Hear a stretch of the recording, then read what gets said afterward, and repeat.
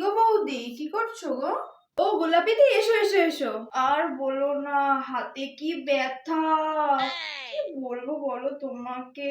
ঘরের বউটা সারাদিন কাজ করো, কি আর বলতে পারি। ছেলে মেয়েগুলো পড়াশোনা করে, মনাটা কি ভালো, দেখো কি সুন্দর করে সব কাজ করে দেয়, হাত পা টিপে দেয়। আমাকে আর কে টিপে দেবে তুমি বলো?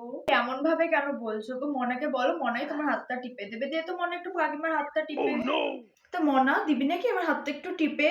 এই জায়গাটা ব্যথা করছে, একটু টিপে দে না।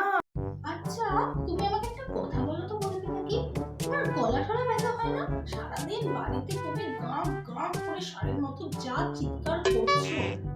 বাবা, তোমার মেয়ের সাথে একটু কথা বলা যায় না? একটা কথাও মাটিতে ফেলতে দেয় না। ওকে একটুখানি কথাবার্তা সংযত ভাবে বলতে বলো, নাহলে কিন্তু পরে সমস্যা হবে শ্বশুর বাড়িতে গিয়ে। ঠিক আছে মনার মা, আসি গো। আসছি মনা।